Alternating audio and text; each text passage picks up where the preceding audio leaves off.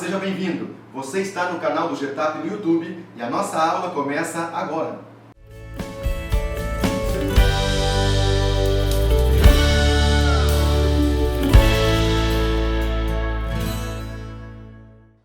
Eu sou o pastor Moisés Liba, esse é o evangelista Marcos Rocha, presbítero Gesiel Carrara e presbítero Evandro Ribeiro. Nós temos por finalidade, por objetivo, trazer até você subsídios que poderão te auxiliar na ministração da sua aula de Escola Bíblica Dominical. Nós estamos estudando o segundo trimestre das lições da Escola Bíblica Dominical. Nós trazemos hoje a lição de número 3, que tem como título a justificação somente pela fé em Jesus Cristo.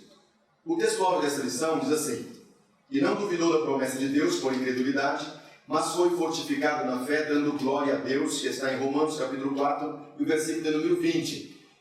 Mais uma vez, o apóstolo Paulo está trazendo um versículo do Antigo Testamento para reforçar a sua ideia, reforçar o seu argumento quanto à justificação pela fé. Nós entendemos nessa palavra que diz que ele não duvidou, Abraão não duvidou, ele teve fé, era capaz de crer, mas esta fé, de onde surgiu, de onde veio essa fé? Como surgiu essa fé na vida de Abraão? É isso que nós vamos tentar trazer para você como subsídio no decorrer dessa lição de Escola Bíblica Dominical. A verdade prática nos diz assim: a justificação dos pecados diante de Deus ocorre somente pela fé. Nós já estudamos na lição passada a respeito da justificação pela fé e nós vamos abordar algumas situações novamente. Mas aqui na verdade prática nós vemos o seguinte, que Deus, através do sacrifício vicário de Cristo, é que Ele nos dá a condição de sermos justificados. Nós olhamos aqui somente pela fé e nada mais, porque as obras são uma tentativa desesperada da humanidade para chamar a atenção de Deus e conquistar algum direito de reivindicar o favor de Deus. Então, por esse tipo de obras, em fazer algo para trazer a presença de Deus, para fazer com que Deus venha olhar para a humanidade, esse tipo de obra não tem condições de justificar qualquer pecador.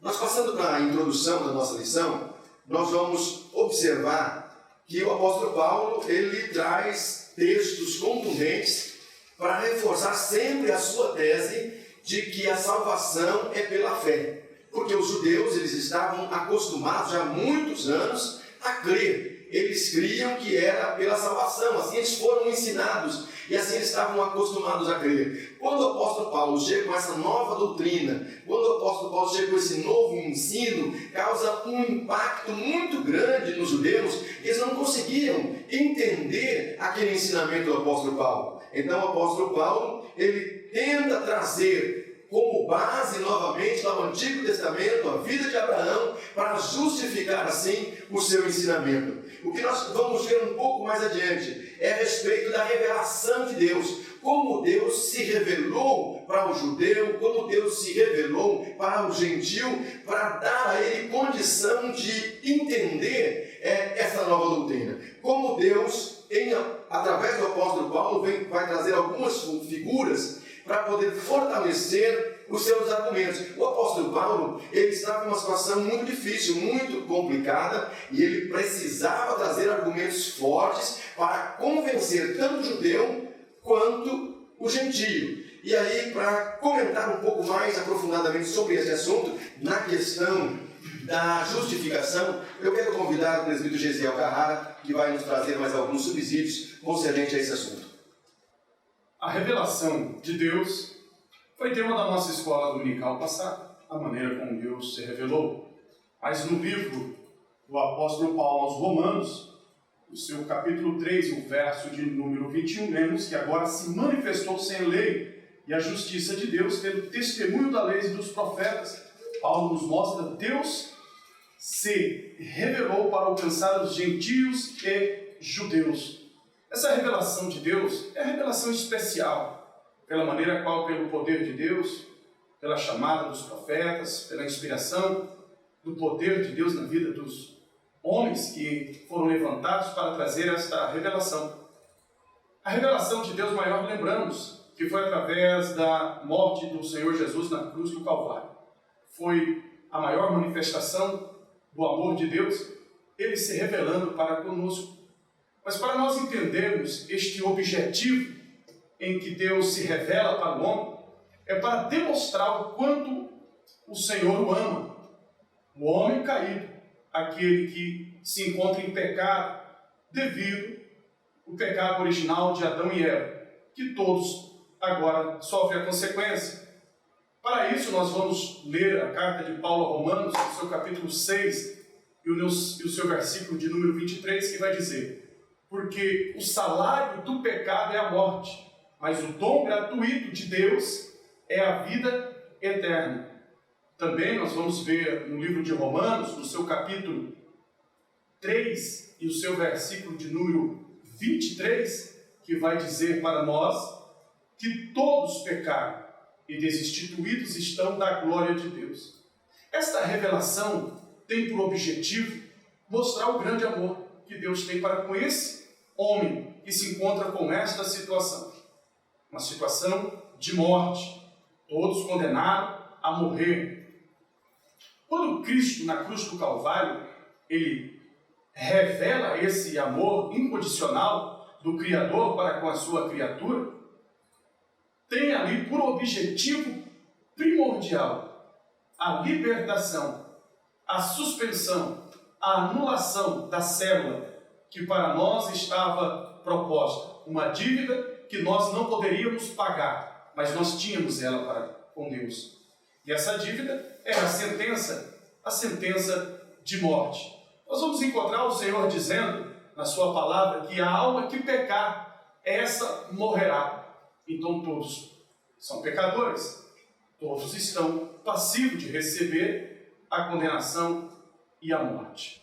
Nós vamos compreender que para que essa dívida fosse paga, de uma maneira, há uma necessidade de recebermos essa justificação.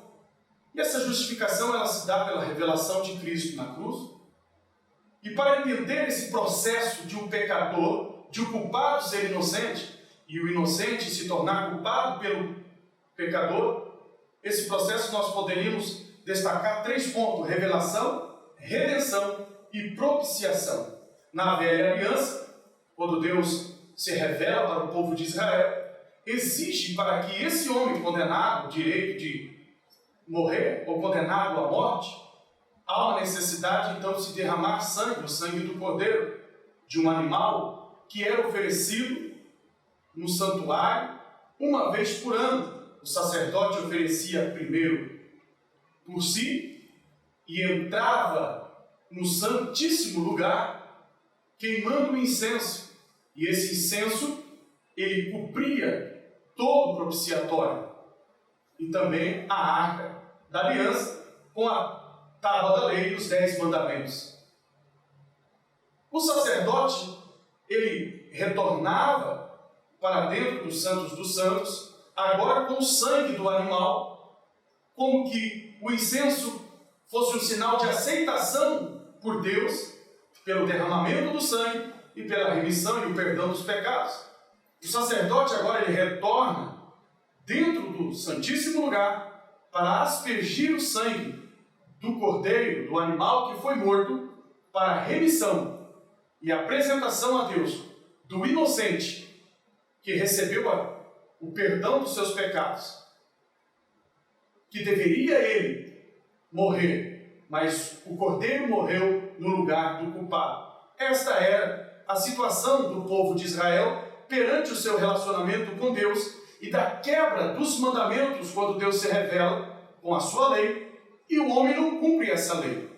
E não se cumprindo a lei, o homem se torna pecador, faltoso mediante o Senhor, acendendo a sua ira. O homem passa a receber o direito de morte. Mas então, a morte que lhe cabia a ele, agora está atribuído àquele inocente, o animal que foi ofertado no seu lugar. Nós vemos aí a propiciação do sangue do animal pelo pecado do povo de Israel. Outro elemento da justificação que nós podemos destacar é a redenção. Com esse ato, o Senhor ele está redimindo. Redimindo é comprar para si. A palavra redenção no original ela vai trazer para nós uma mercadoria que está exposta à venda e que é tirada, que não está mais exposta para ser adquirido, porque alguém o adquiriu para si. Então, quando nós olhamos no processo da justificação do Senhor Jesus na cruz do Calvário, nós vamos encontrando o homem numa situação de dívida, de escravo. O homem numa situação, porque na velha aliança o escravo era uma mercadoria que poderia ser adquirido ou comprado. E nós nos encontramos na condição de escravo do pecado, fazendo a vontade do inimigo.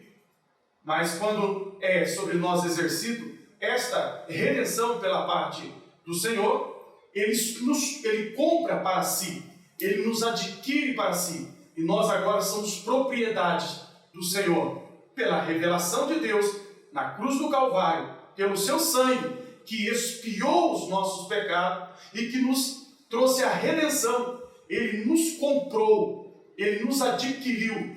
E quem fez isso por nós foi o Senhor Jesus, que é o autor e consumador da nossa fé. Eu quero aqui ler com vocês um versículo para que nós possamos finalizar este comentário.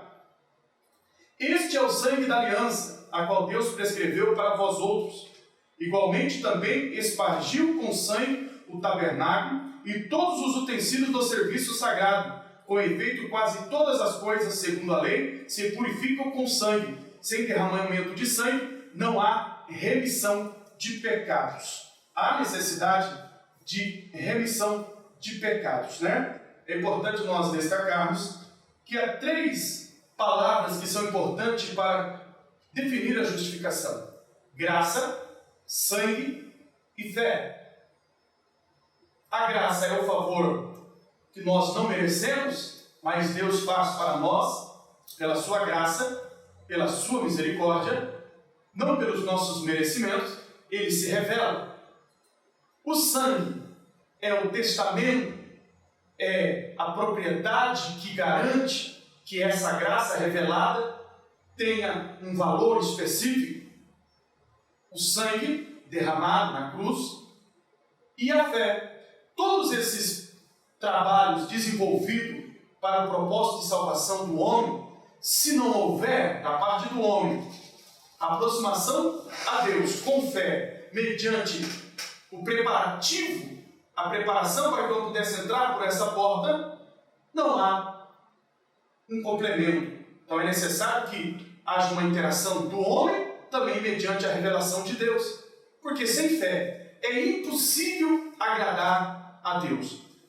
Deus se manifestou, o seu sangue nos dá esta garantia, mas há necessidade que nós nos apresentamos diante de Deus com sinceridade, com confiança e aceitamos para si, para nós, para você que me ouve, que esses elementos são suficientes para nós alcançarmos a redenção, a salvação em Cristo Jesus. O presbítero Gesiel destacou com muita propriedade 3 assuntos relevantes para você, professor, trazer como subsídio que vai clarear, que vai trazer um brilho especial para a sua aula de escola bíblica dominical. E quais são? Primeiro, revelação. Utilize isso, utilize a revelação, fale mais sobre a revelação de Deus ao judeu e também ao gentio.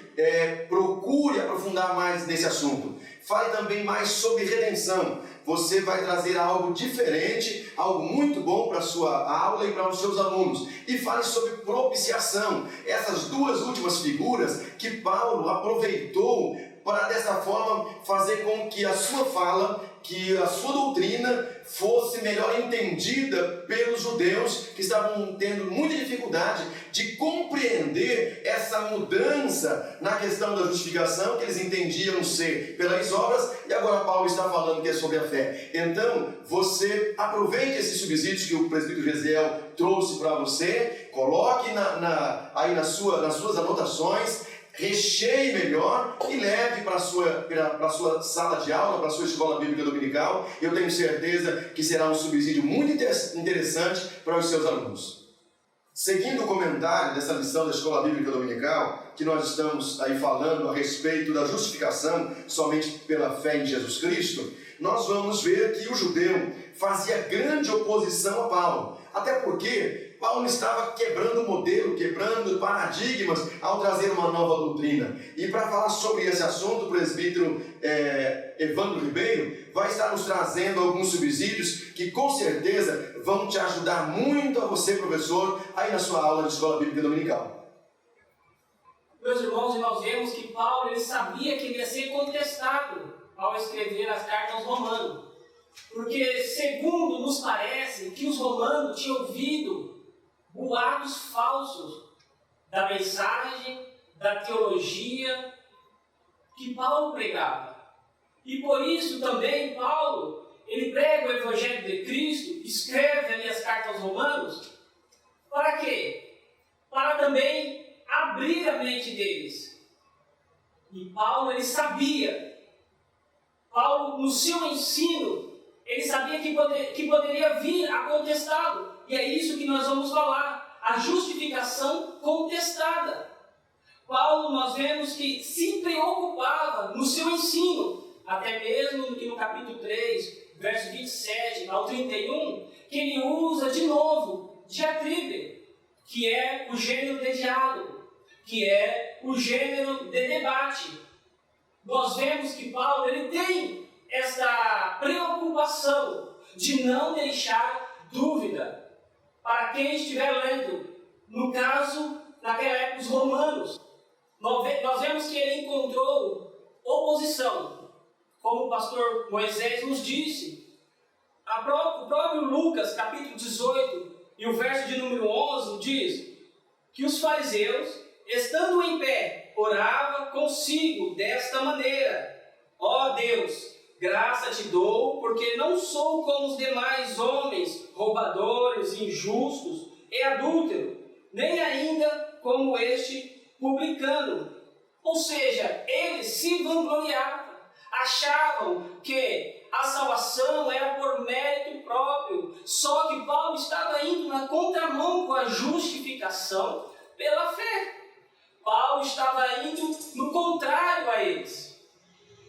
Porque eles se orgulhavam de ser judeu, de ter nascido judeu. Mas aí Paulo vem falando para eles. E eles dizem, ou seja, Paulo, ele coloca como se eles estivessem fazendo a pergunta.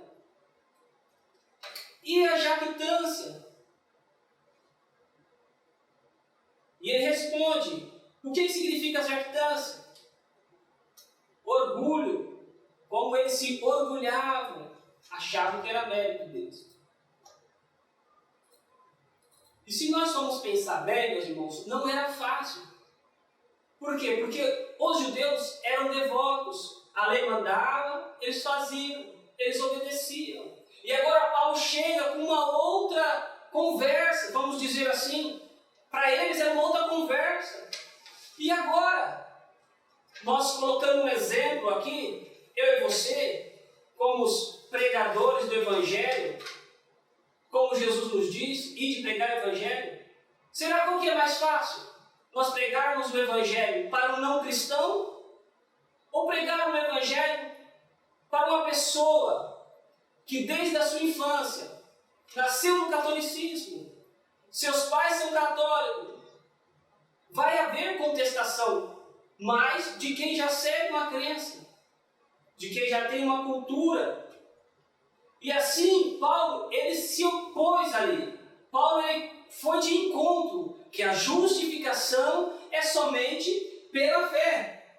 E nós temos que ter a certeza que não há mérito nenhum humano quando a graça de Deus se manifesta.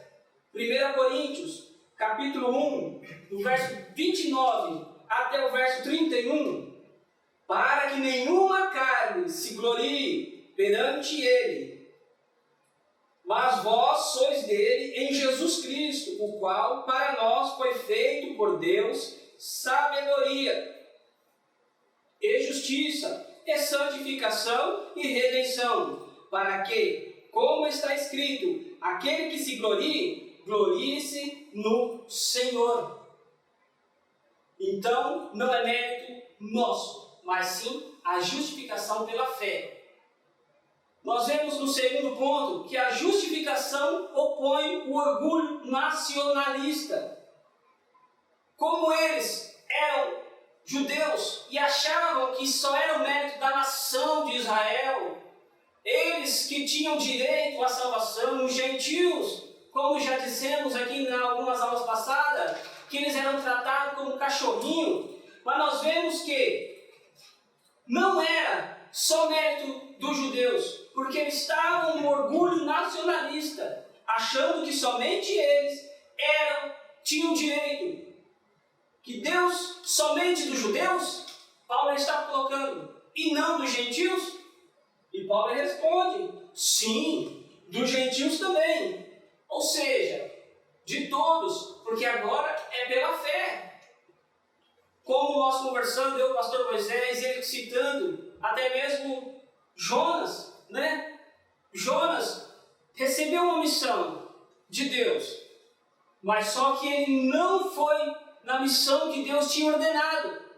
Por quê? Ele achava que o povo não tinha direito, os mesmos direitos que eles, que o povo não tinha misericórdia, que eles eram pecadores, que não precisavam da misericórdia. Para ele, Deus tinha que matar todos, não tinha que ter misericórdia. Ele achava que só a sua nação, só o seu povo tinha esse privilégio, mas não.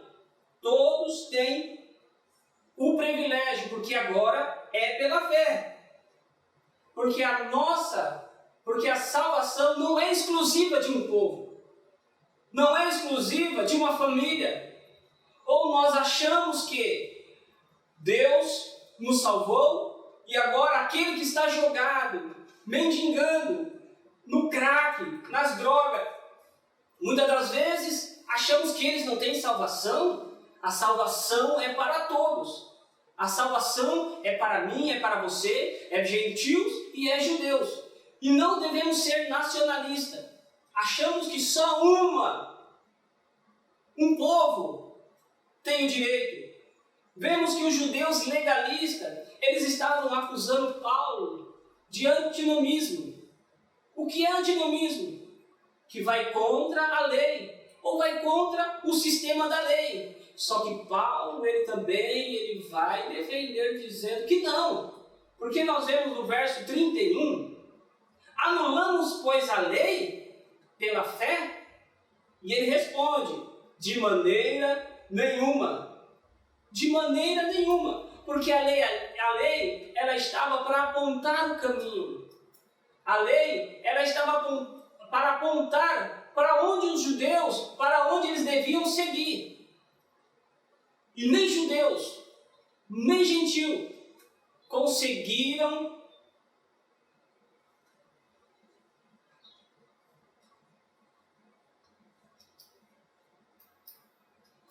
nem judeus, nem gentio tinha capacidade de cumprir a lei. Ninguém tinha capacidade de cumprir a lei. Porque o problema não era a lei. Estava apontando. E agora nós vemos que os judeus, os gentios, ninguém conseguiu cumprir a lei. Mas só um conseguiu cumprir a lei, que foi o nosso Senhor e Salvador Jesus Cristo. Por mim e por você. E agora a justificação é pela fé em Cristo Jesus. O presbítero Evandro trouxe uma palavra muito importante para todos nós e para você, professor, que está nos ouvindo, que está nos dando a honra de nos acompanhar. ele vem trazer a respeito de que o apóstolo Paulo precisou se justificar diante de judeus e diante de gentios. E nós observamos na sua fala a questão do orgulho nacionalista, que hoje muitas denominações também se orgulham e achando que as demais também não têm salvação. É o que estava acontecendo de uma outra forma com o povo judeu. E nós precisamos também ter esse cuidado, e você pode também, como professor, buscar esse subsídio, trazer essa informação para a sua classe e dizer para eles que nós também, como cristãos, nós devemos ter cuidado de não apropriarmos também de maneira errada da salvação, achando que só nós temos salvação, quando a igreja de Cristo está em todos os lugares do mundo e que através da morte de Cristo na cruz do Calvário, todos têm a oportunidade de ser salvos. E os judeus estavam entendendo de maneira errada isso, e estavam falando para Paulo que ele estava indo contra a lei, e Paulo, de todas as formas, tentando justificar que ele estava trazendo salvação para todos os povos através da justificação da morte de Jesus Cristo na cruz do Calvário, a morte vicária. Então, essas palavras muito importantes para que você possa utilizar na sua aula de escola bíblica dominical. Na sequência do nosso comentário, nós vamos ver alguns exemplos, ou melhor, um exemplo que o apóstolo Paulo traz, e ele vai buscar esse exemplo lá no livro do Gênesis, quando ele vem falar a respeito de Abraão. E para nos falar a respeito dessa situação, dessa questão, deste exemplo que Paulo traz, tanto a judeus quanto a gentios, e também para nós hoje que estamos estudando a lição, o evangelista Marcos Rocha traz-nos aí alguns subsídios muito importantes que vão nos auxiliar e auxiliar você também na sua aula de escola bíblica dominical. Na sequência, então, do nosso comentário dessa terceira lição, Paulo, capítulo 4 de Romanos, ele vai usar aqui alguns termos exemplificando a justificação, e como exemplo disso ele vai lá para Gênesis capítulo 17, versículo 23, falar da pessoa de Abraão. Abraão, ele foi o exemplo de fé, ainda que a fé não era algo citado no Antigo Testamento, porque eles haviam recebido como povo de Israel a lei do Senhor, e eles deveriam viver por essa lei. Por isso que Paulo ele enfatiza muito a questão da lei, não que ela serviria para justificar, mas ela serviria como parâmetro, mostrando que alguém no futuro viria fazer esse paralelo de justificação diante de Deus, então tornando o homem e a mulher que crescem em Deus uma pessoa então justificada. Paulo então, ele cita que Abraão, ele fez o ato da circuncisão, mas como um sinal de fé, o que fez dele então o pai de todos os que creem. Ou seja, Abraão, ele, com esse ato da circuncisão, ele mostrou que ele cria naquilo que Deus havia prometido a ele, independente das circunstâncias. Logicamente que aquele ato que ele promoveu diante de Deus de cumprir aquela ordenança, ou seja, aquele sinal que ele havia feito em sinal de obediência a Deus, foi imputado então como justiça. Então, Abraão, sendo então justificado através desse ato, ele foi colocado então como o pai da fé. Ou seja, Abraão, ele foi um homem que teve condições de crer, ainda que ele não tinha exemplos, obviamente, para ser seguidos nesse sentido. Foi uma atitude que fez com que ele pudesse realmente se sobressair ao do seu tempo, até que Deus pudesse então dizer a ele: Abraão, sai do meio da sua parentela e vai para uma terra que eu te mostrarei. Então Abraão, ele pôde realmente crer nessa promessa, E a justificação de Abraão, ele se deu através do seu caráter justo diante de Deus. Abraão não tinha ali os ditames da lei para que ele pudesse ali ter algum parâmetro, não, mas o seu coração, ele era reto diante de Deus. Não estamos aqui dizendo que Abraão ele era perfeito. Nós vemos que Abraão, ele buscava andar em retidão diante de Deus, com um caráter justo. E isso aí, diante de Deus, pesou, fazendo com que Deus então viesse justificá-lo pelo seu ato de fé, logicamente trazendo tudo isso ao mérito de Deus e não ao mérito do homem, porque o próprio Paulo diz que pelas obras da lei nenhuma carne será justificada. Mas mais adiante nós vamos ver também que Abraão creu na promessa e ele não levou em conta as circunstâncias que cercavam o cumprimento dessa promessa. Ele não levou em conta a sua idade, que já beirava ali 100 anos de idade. Ele não levou em conta a idade da sua esposa, que já não tinha mais fertilidade no seu corpo, mas ele, de uma maneira muito incisiva, ele creu na promessa de Deus, e este ato de crer, ele foi um ato que fez com que Abraão não recuasse. O que o apóstolo Paulo, ele traça aí um paralelo da fé e da obra, é que quando o ser humano crê, ele não recua, ele fica firme, aguardando o cumprimento da promessa, e é exatamente isso que Abraão fez.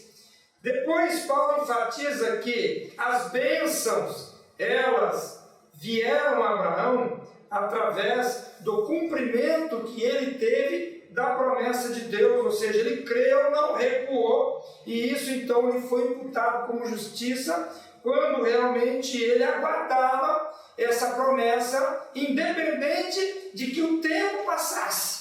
Ele não estaria preocupado com a questão do tempo, ele tinha certeza que Deus era capaz de cumprir essa promessa na sua vida, mesmo quando Deus chega a ele e diz: Abraão, eu preciso que você me faça uma coisa, vá ao monte e ofereça o teu único filho em sacrifício, o filho que seria capaz de cumprir as promessas de Deus na sua vida.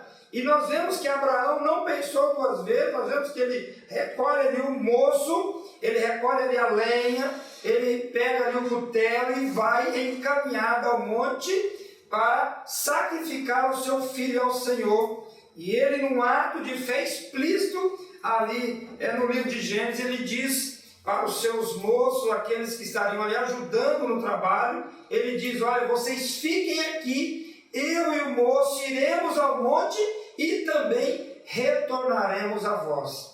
E nós vemos que Abraão sobe o monte, ele faz todo o trâmite, ele coloca o seu filho Isaque sob a lenha, o amarra no símbolo do cordeiro, e ele pega aquele machado, aquele cutelo que era o que era usado para o sacrifício, e ele então vai ao extremo de levantar aquela ferramenta para imolar o seu filho, quando ele então ouve uma voz bradando: Abraão, não faças mal ao menino, porque agora sei que você teme a Deus. Então nós vemos que o livro de Gênesis, quando fala a respeito dessa justificação, nós vemos que ele cita Abraão como esse pai da fé, como esse precursor da fé do cristão. E logicamente é isso que hoje, no século 21, nos faz entender e crer que nós temos também uma promessa, ou seja, a promessa que temos hoje é a redenção do nosso corpo, é a redenção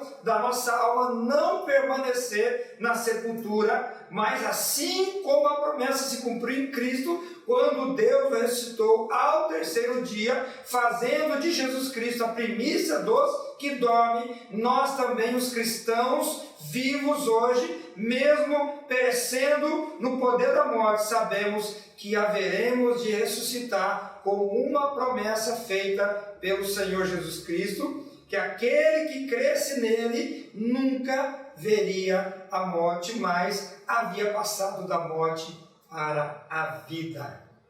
Dando continuidade no nosso estudo da terceira lição da Escola Bíblica Dominical, o evangelista Marcos Rocha estava falando claramente a respeito da fé de Abraão, quando o apóstolo Paulo, tentando de certa forma justificar o seu ensino sobre a justificação pela fé, ele se reporta então a Abraão, no Antigo Testamento, para falar a respeito da fé de Abraão. E eu me recordo e posso trazer para você como um subsídio também para a sua lição de escola bíblica dominical, quando Jó, também diante de Deus, foi encontrado como um homem justo, reto e temente a Deus. E isso foi reportado como fé também para ele. Assim como nós vemos Abraão alcançando a justificação por esta fé através da retidão, que naquele momento fé e retidão estavam juntos e não se separavam. Então, através da retidão, foi encontrado fé na vida de Abraão e ele então foi justificado. Falando em justificação, para nós finalizarmos o nosso comentário de hoje, eu quero trazer para você que o sentido da palavra justificação em Romanos, ele é bem claro e ele vem falar a respeito de algo forense, de algo que é decidido em um tribunal, quando uma pessoa é declarada, veja bem, ela é declarada livre, ela é declarada justa, mas ao sair desse momento, dessa declaração de justificação, é claro que com base na fé do sacrifício vicário de Jesus Cristo, mas é somente uma declaração, não está dizendo nada a respeito de mudança de vida, de mudança de caráter. Só que o apóstolo Paulo, ele fala justamente ao contrário. Ele vem trazer para mim e para você, vem nos ensinar que não existe essa distinção para Paulo em relação à justificação e à santificação. Os teólogos atuais, intérpretes atuais da Bíblia, eles nos trazem o seguinte, que a justificação é separada então da santificação e a pessoa vai ter o seu caráter mudado através da santificação, mas não é isso que a carta do apóstolo Paulo vem nos dizer, vem nos ensinar. Ela está nos falando que a justificação, também a santificação, estão juntas, e o apóstolo Paulo já vislumbra lá na frente a glorificação. E como eu posso dizer isso para você, professor, para que você traga isso como subsídio para a sua aula de escola bíblica dominical? Romanos, capítulo 8, versículo 29 e versículo de número 30. O apóstolo Paulo deixa muito claro que o intuito da justificação é expressamente declarado por Paulo, que o homem seja imagem e semelhança de Deus. Desta forma, nós precisamos entender que a justificação, que não remove a condição errada do homem, que consiste na sua inimizade com Deus, transformando o seu caráter moral, não pode ser chamada de justificação. Então, é o que nós vemos nos dias atuais, pessoas que se dizem cristãos, mas eles não conseguem manter a sua fé, não conseguem manter a sua vivência, que é o que o presbítero Evandro esteve falando do judeu. O judeu, ele estava vivendo essa situação. Ele dizia que cria, mas ele não tinha fé, ele não professava, ele não correspondia com aquilo que ele estava falando. A respeito de Romanos 4, 25, justificação que dá vida, Lutero vai ratificar dizendo assim, que a santidade é parte integrante da justificação. Lutero continua dizendo o seguinte, que sem justificação não pode haver santificação.